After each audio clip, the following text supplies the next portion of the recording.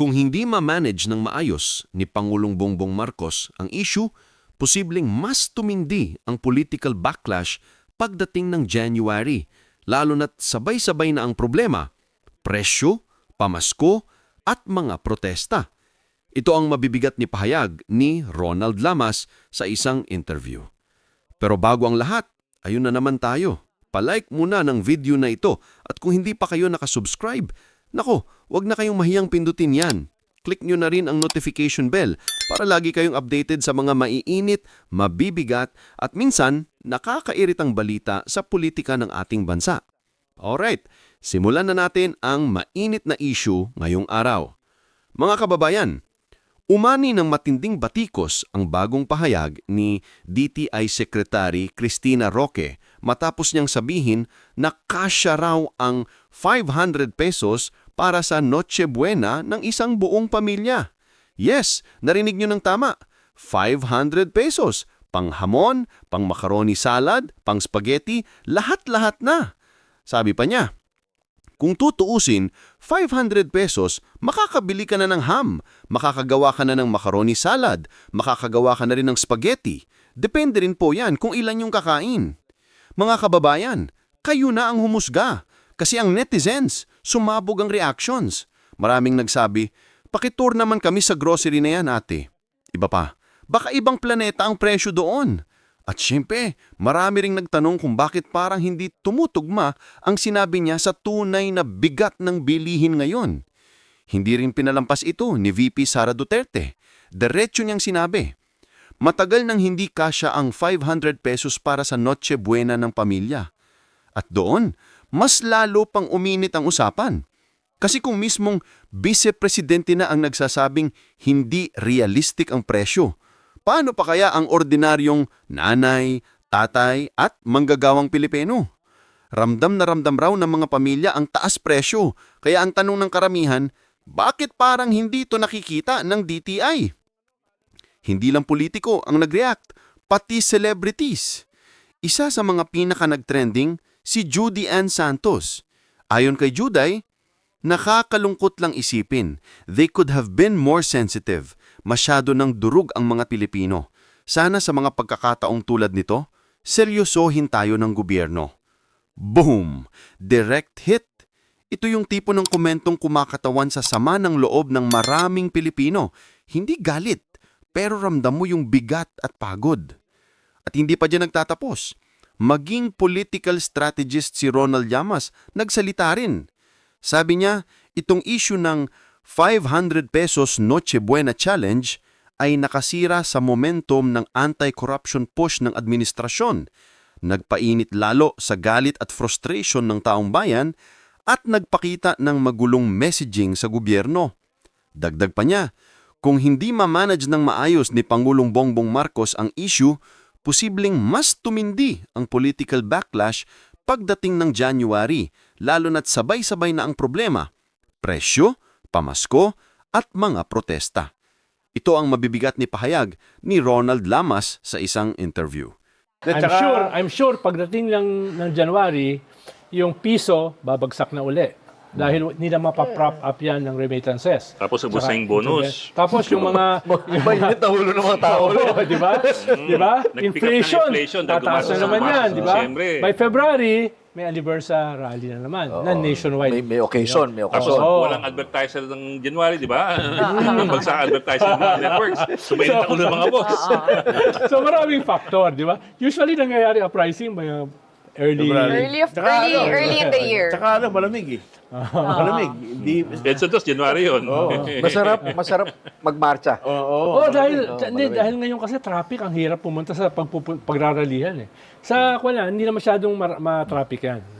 Naalala ko lang kahapon yun yung sabi ng mommy ko. Sabi niya, hindi traffic ngayon kumpara doon sa September 21 na rally. Dahil nag-last minute shopping siya for Christmas. Sabi niya, parang walang tao. As in, ang bilis namin sa EDSA. Alam mo, nagsulputan sa Facebook feed ko ngayon yung mga larawan mula sa December 1989 coup. Oh, wow. Balik ulit. Grabe yun, di ba? pinaka ano yun. Naalala ko yung sinasabi ni Manny at saka sinasabi mo no, na ang very traumatizing sa AFP Oh. Yung More than una yun, 300. More than dahil sila 300. nagbarilan. More than 300 yung sundalong patay. Oo. I mean, sila nagbarilan. Ano? So, I guess, when you, especially Traumatic when you yun. see the images, alam mo, nung kino-cover natin yung book, parang wala lang eh, no? Hindi mo ma-appreciate yung gravity nagbarilan ng mga sundalo. Pero ang Sila. daming mga sibilyan namatay dahil usisero. Oo. Di ba? Usi tawag na. I hate to use the word, pero medyo... I think malaki yung impact nun kasi we had to be moved out. I Yeah. was Ilan taon ka na? seven? Six or Saka nakatira. Sobrang lapit ko sa Aguinaldo nakatira. So I had to be moved to my tita's house and I had to live there for Green kasi kayo eh. Seven? Sa mga Green Hills, ha? 7 ka lang noon? seven. Grade Yung mga 7. kotse namin may mga bullet holes. Di ba? Alam mo, may friendly fire noon eh. Kasi yung tropa ni, General, sa Libis? sa Libis. Wipe out. Tinira ng, kalan nila kalaban. Wipe Diba? out, di ba? Oo. Wipe out. Dami namatay doon. So kahit bata ako, alam ko, Yung alam ko malapit Amerikano, siya. nag-flyover. Flyover, Oo, oo. yung mga Amerikano. I remember, no? Tumawag ang desk. Book, no? Chronicle. Oy, Meku, takbo kayo. So, labas ako ng mga alas 3 ata ng umaga yun.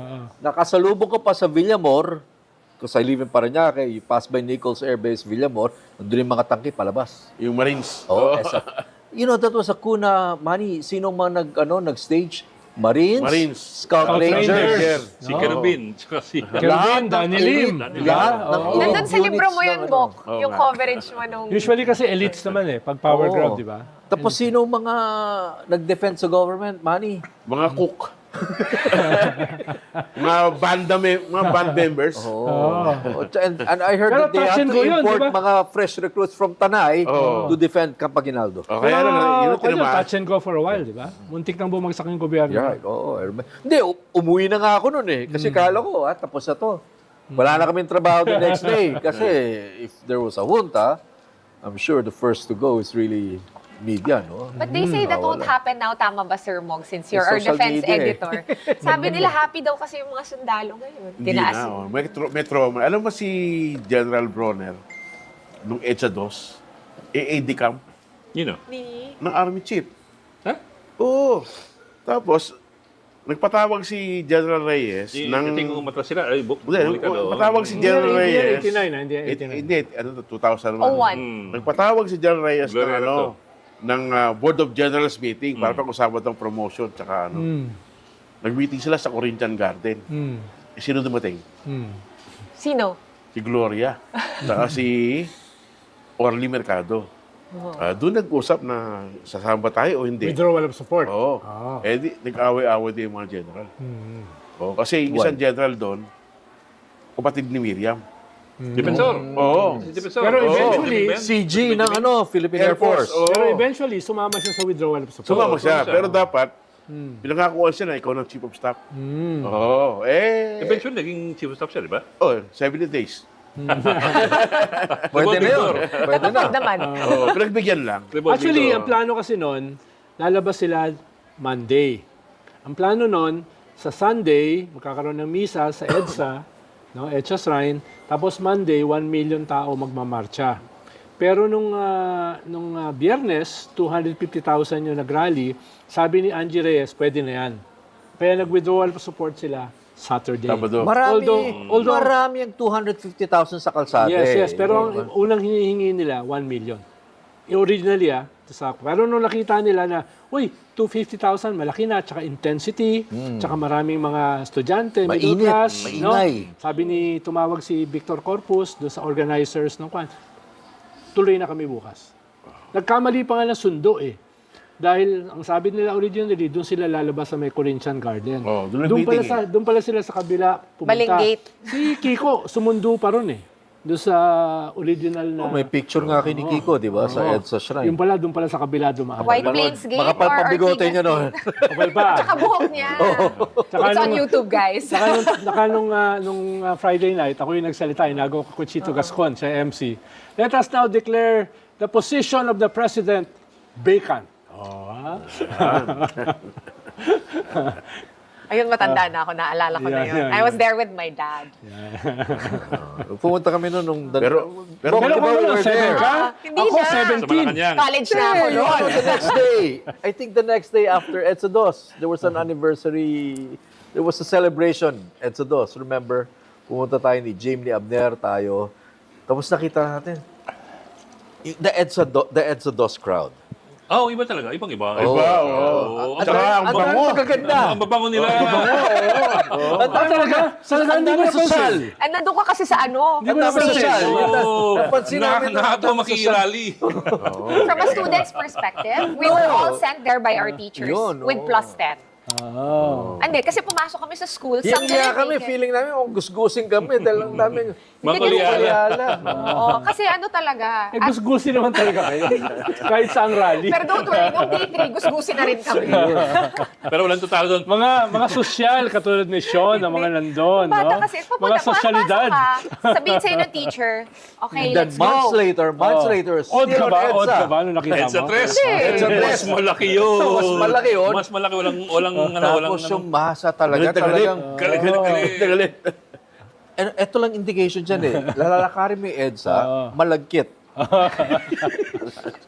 For some reason, lumagkit siya. Wala ka nakita magaganda? Pero, Sasagot eh.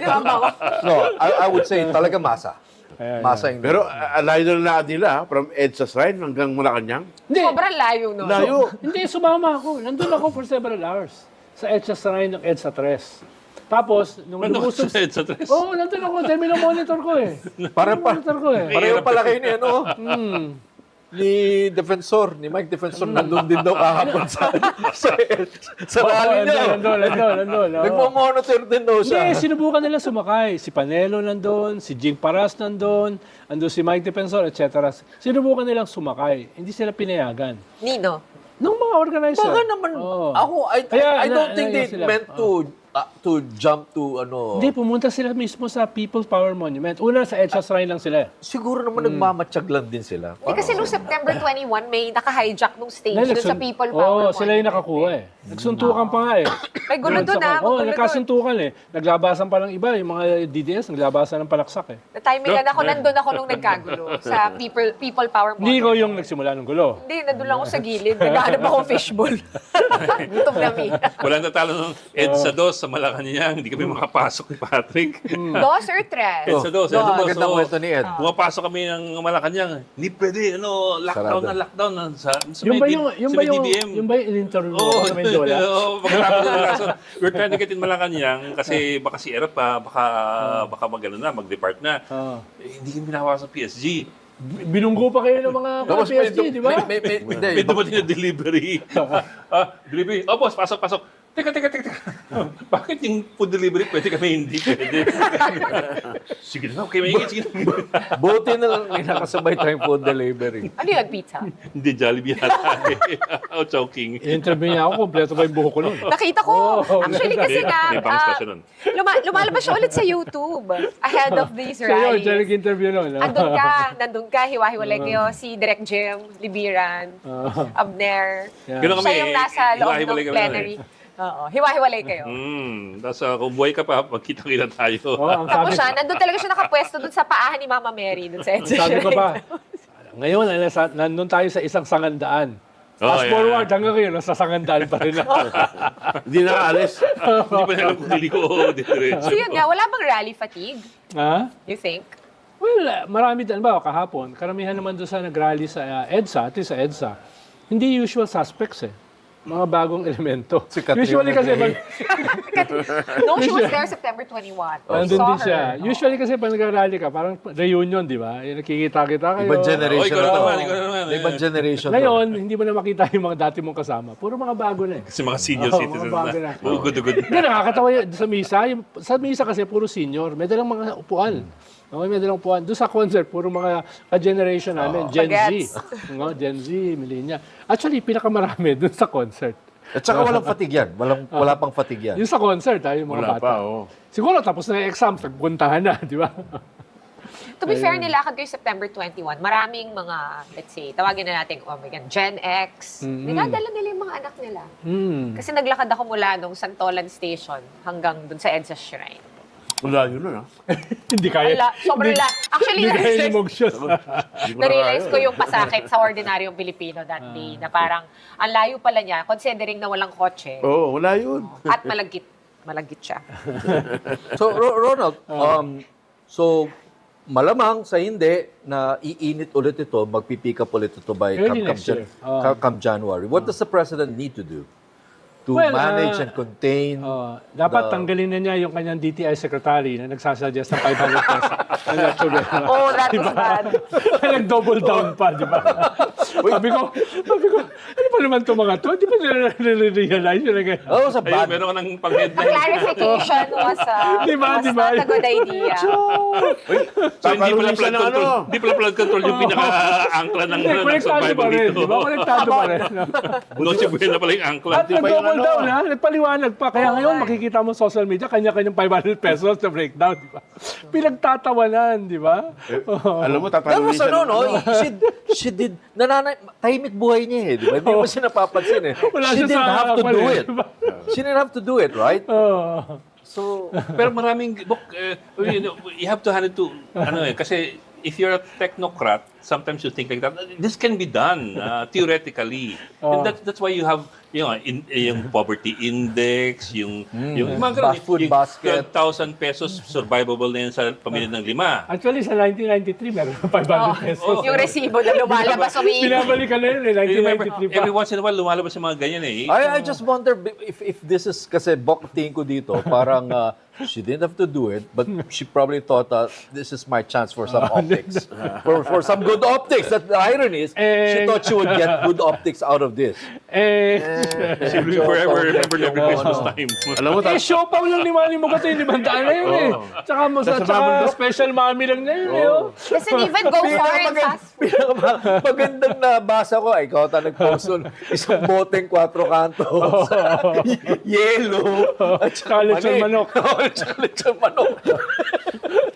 Ang daming ganun ha. Basta yung note, may natsubay na ka na. Ang daming Maraming ganun. nagpo-post ng gano'n. Kasi actually, nung nakita ko, tinignan ko yung presyo ng Pure Foods ham.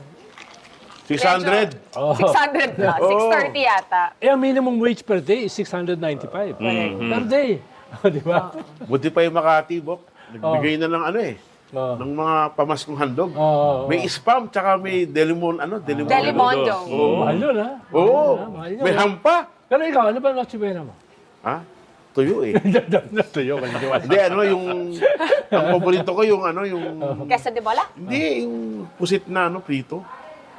Yung malaki. daing na pusit. Daing na Daing pusit. na pusit. Yung dried. Dried pusit, Tapos masarap. piprito mo. Oo. Ang sarap nun. Sarap nun sa umagahan. Sa suka, di ba? Yung Champoran. Ano? pinakurat. Yan, Yung oo. sawan mo, pinakurat, di ba? Oo. Ikaw, anong pang Noche Buena mo? Siyempre, lechon. Ano kala mo sa akin? Small time, katulad ni Manny Mugato? Lechon Dried- manok? dried O pusit. lechon. Small, medium, o large? Baka lechon, baka andox yan, oh. Tawag lang ako kay Ed Lingaw eh. Ed, pwede ba yung pamasko mo sa akin? Lechon na lang. Lechon manok. Pati yung lechon na yan, ang hirap pa. Hindi sila makakommit ng presyo ng maaga. Parang Tanong ko na-order lang kay ako. Patrick kung may lechon sa party. Ayun Bukas? lang. Oo, Ayun yun. lang, oh. Atay. May aabutan pa ba ako? Mga Meron, past basta 9, dito ka past lang. 9. Oo. Ano, yung iba kasi sa atin, hindi naman trabaho ito Saan ka eh. mapupunta? May mga iba pang ginagawa. Yeah, pupunta. May meeting, may 5 organizing. p.m. yung party. Pag nawawala to si diba? Ronald, kabahan tayo eh. Pag nawawala to, Diba? Oo. kabahan Lalo tayo. pag nag-abroad si Ronald, kakabang ka talaga kasi parang tumatakas ba siya? Alam ba niyang may mangyayari kaya wala siya Meron rito siyang sa alam na Pilipinas? hindi niya share. Ronald, balikan ko. Bukod sa dapat hindi na nagsasalita ng ganun yung wala ng 500 peso challenge yung DTI secretary. Ano pa yung dapat gawin Oo. ng presidente Well, to contain the kailangan naman, situation? meron naman silang big fish na mapakulong. Sabi kasi ni Ombudsman, magpapakulong siya before Christmas eh. So, inaantay ng mga tao yan na isang non-bailable offense. Okay, Big fish before Christmas. Isa man lang senador, mga 3 kongresista, di ba? Yung ganun ba? Ngayon kasi pinapakulong nila mga DPWH. Susunod, wala nang contractor. non-bailable ngayon eh. Oo. Hindi mo ba? Malversation. 8 million na malversation with falsification. Ano ka ba? Plunder ka in really. That's Nakapag-bill non-bailable. pa siya. Hindi, pero iba yun. Exception yun eh. Humanitarian, di ba? Oo, dahil kung ikaw naman, 100 years old na. Di ba? 90 pa lang siya, no? Ay, bakit si Digong walang humanitarian sa ICC? ICC yun eh. Tsaka crimes against humanity yun Uy, eh. Sa matanda na ICC, kahit nakaratay ka, lilitisin ka. Kahit ikaw ay deaf mute, lilitisin ka. Ganun ba? Kahit ikaw ay overweight, No? Lilitisin Huwag ka. ka magtuturo ng ganyan. Walang ganong exception doon. Wala. Iba yun eh. Napaka hindi Gen Z talaga. Oh, eh, ang no? tawag doon, court of last resort.